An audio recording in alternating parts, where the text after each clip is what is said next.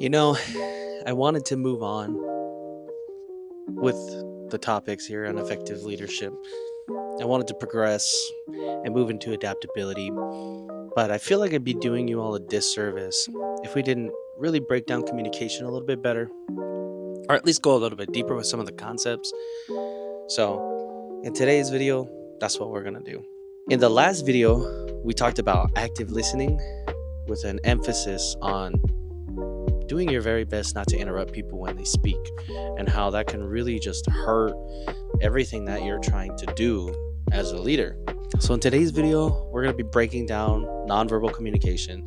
Make sure you watch to the end because you're not going to want to miss a single aspect of this. It's so important, I promise you. This is something that's really important because it's like 90 something percent of all communication is nonverbal. Let me preface this by saying I'm not a master by any means of nonverbal communication, but I do know one.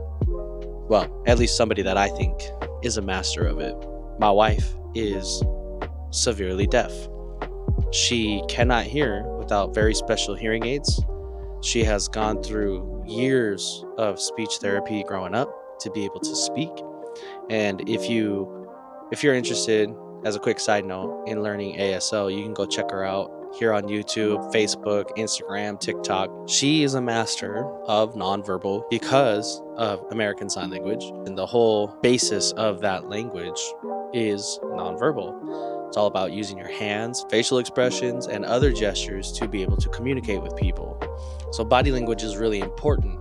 So that's why I say she's a master. So I've learned some things from her over these last few years, like when we miscommunicate.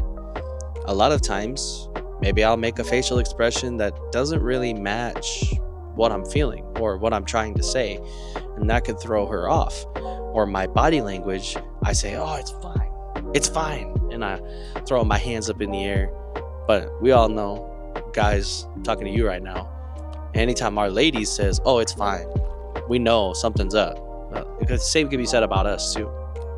You know, we're throwing our hands around, we're all upset. It's not really fine, is it? No, it's not. Because our nonverbal communication is saying a different story than what our words are saying. So this is the power of body language. It can truly throw off or support everything that you're trying to say. Posture, let's break down nonverbal communication a little bit more. So if I'm sitting here and I slouch in my chair like this, I probably look super chill and maybe like I just don't care, or I'm maybe looking like I'm not as engaged. But if I sit up straight and I'm paying attention, even if I kind of lean to one side or lean to the other side, if I just kind of sit up straight and I'm looking straight on where I'm supposed to look, my nonverbal communication says I'm engaged, I'm paying attention, I'm listening. There's a lot of times we're in meetings or we're sitting down with people, and you know, if you're sitting down with a client, you're not always going to be standing to talk to them.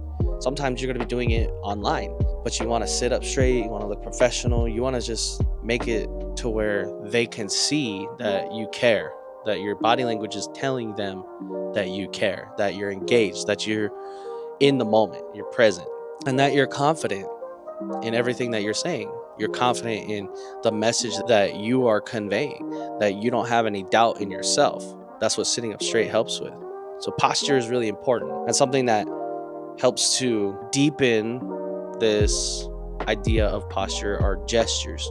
So that's us talking with our hands. So I'm sitting here, I'm explaining something to you, and I'm moving my head a little bit, and I'm still sitting up straight. I still got good posture, but my hands are kind of drawing you in and making you feel like you're a little bit more part of the conversation, and that there's more to this than just this guy droning on and on and on, right? Gestures really help to emphasize points. But it's not just your hands. I mean, what if you don't have any arms?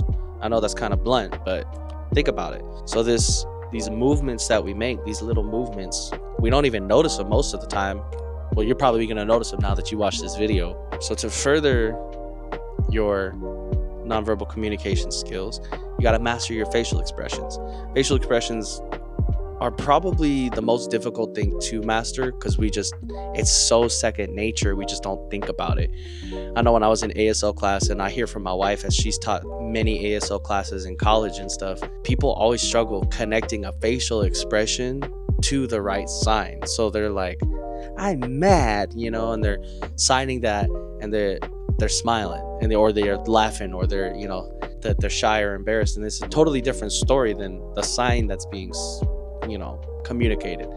So facial expressions really helps you emphasize things that you're trying to say. You know what I mean? That brings us into eye contact. Eye contact is really important for nonverbal communication. If I'm just sitting here monologuing into a camera like I'm doing right now, I'm looking at the lens. But if I'm talking to you face to face, I need to make eye contact. This isn't about just having those wide, crazy eyes and just staring through somebody's soul. It's about making sure that they can see that you're engaged. Again, that's really what nonverbal communication helps people understand. Is it helps them understand the tone of your message, that you're really engaged in what you're saying, that you're confident, that you're part of it and that they're part of it too, and it's not one-sided, right? So eye contact, I'm not looking directly at the lens the whole time, even making a video. I'm looking around sometimes, and I do that in conversations too, and that's okay. If I'm talking or somebody else is talking, my eyes are going to move in different places because maybe I'm thinking or I'm contemplating something, or I want them to think about something. A lot of times it comes second nature and we don't even think about it. Most of us have to think about making eye contact, though. It's not hard to look away, but it's hard to make eye contact. Here in the Western culture, we want to make sure that when we're talking to people, we make eye contact, especially when they're talking. You don't have to look at them the whole time. It's okay to look away sometimes when they're talking, like, I'm thinking about something, or I'm trying to break down what they're saying a little bit more in my head, and that's fine. It doesn't mean you're not listening. Remember, nonverbal communication is a whole package. Facial expressions, your gestures, your posture, your eye contact, all of it together, not just one thing. Here's your challenge, and it'll be a little easier now that you're a little aware of it. But as you go throughout this week, focus on your facial expressions. Maybe you could practice in a mirror, but practice with your family. Practice with the people closest to you because they know you the best. Make facial expressions at them. Now, I'm not saying make funny faces. You might get a laugh out of that. But what I'm saying is when you're talking to them, try to make sure that your facial expression matches your mood, that it matches your message, that it's matching what you're trying to communicate, and that your body language is telling the same thing. That the gestures that you're making when you're explaining something to them, that it's explanatory gestures, not inflammatory gestures where you're flopping your hands around and looking all angry, and that your posture is correct, that you seem confident. Practice your body language, practice your facial expressions, practice your gestures, and try to make sure they all align to the central theme of whatever message you're trying to convey. And it builds upon your active listening. You've received a message from somebody, that's you active listening, right? You're not interrupting. But now that it's your turn to speak, you can now go and return that message to them in a correct way that they can receive and understand. So again, key takeaways. Nonverbal communication isn't any one aspect. It's made up of gestures, facial expressions, posture, and making eye contact with people. Improving your communication is just going to make you a better human being, regardless of any aspirations for leadership or anything like that. If you're liking this video, feel free to comment, like, subscribe.